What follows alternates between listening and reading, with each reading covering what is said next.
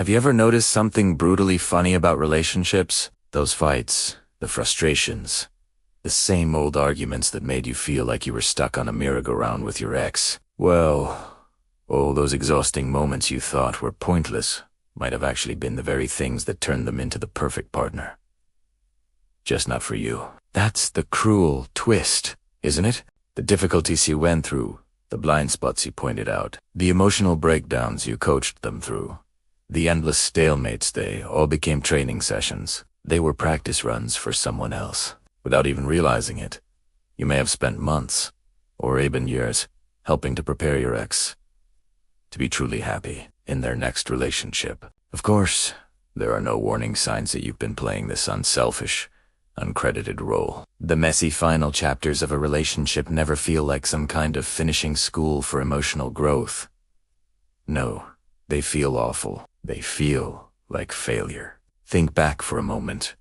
The nights you spent arguing over why they obsessed over their brother. The endless complaints about how much they leaned on their mom to rescue them from every little problem. The fights about their friends or their work habits. The moments when they accused you of being harsh or overly critical, and who could forget the long, punishing sulks, maybe 12 hours of complete silence. Or that one night when, out of pure anger, they called you stupid, and you yelled back that you wished you'd never met them, even though, deep down, you loved them so much it hurt.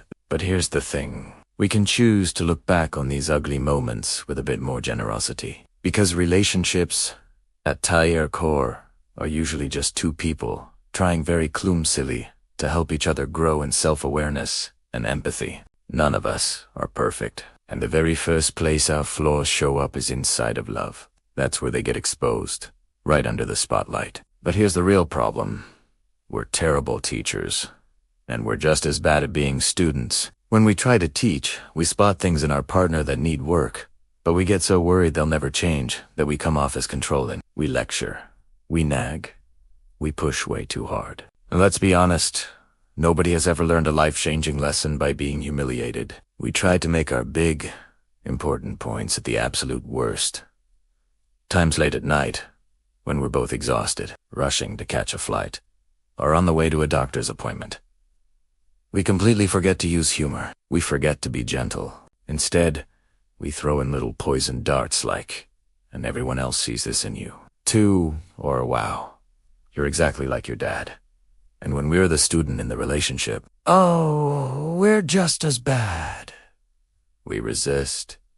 We get defensive. Deep down, we might know the other person has spotted something real in us, something that genuinely needs work.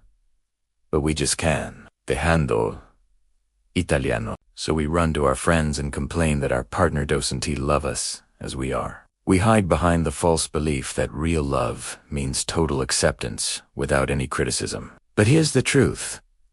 Real love does involve criticism. The problem is, when we're scared, we can allow ourselves to believe that someone could truly be on our side and still want us to change. Now, here's the twist. Once the breakup finally happens after all the late-night tears, the weeks of crying alone in your apartment, the deafening silence, you start to realize something. Some of the lessons you were so desperate for your ex to learn, they eventually start to sink in. But not in the heat of the fight. Only later, when all the noise is gone, when you're not around, when no one's yelling, when pride isente onte line, those criticisms start to make a little more sense. Maybe they do reflect on how much they lean on their mom. Maybe they do think about their complicated relationship with their sibling. Maybe they finally reconsider their work habits or their friendships. When the classroom has been destroyed and the teacher has been dismissed, that's when the real homework begins. Fast forward a few months or maybe a few years. That same ex you fought with tooth and nail now shows up in a brand new relationship. And suddenly, the cracks you battled over seem to be patched up. The person who used to drive you absolutely crazy now casually says things like, "Yeah, I had some issues with my brother back then, but it's all worked out now." Or maybe, as they pour themselves a glass of wine, they tell their new partner, "You know, I've realized how important it is to balance my career with my personal life." Their new partner just beams at them, thinking, wow, they're so mature, so grounded, so wise. And you're left on the sidelines wondering, How on earth did that happen? Now, here's the part that saves this whole story from being purely bitter. This process goes both ways. Just like you helped shape your ex, someone else out there is shaping you for your next chapter. With any luck, you'll eventually meet someone who feels like they were born emotionally mature. They'll apologize before you even have to ask. They'll welcome feedback with open arms. They'll seem like they have a deep, profound insights into their own flaws and their past. But here's the secret.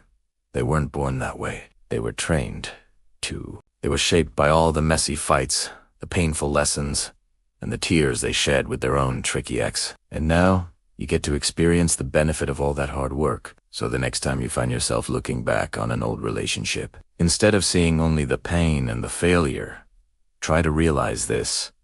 You were a part of their education. You helped them grow. And right now, someone else is helping you do the exact same thing. It's not wasted. It's not meaningless. It's the beautiful, chaotic cycle of love, growth, and heartbreak that eventually makes us all bitter just. Usually not at the time we want it to. So let me ask you, have you ever seen an ex become the perfect partner for someone else?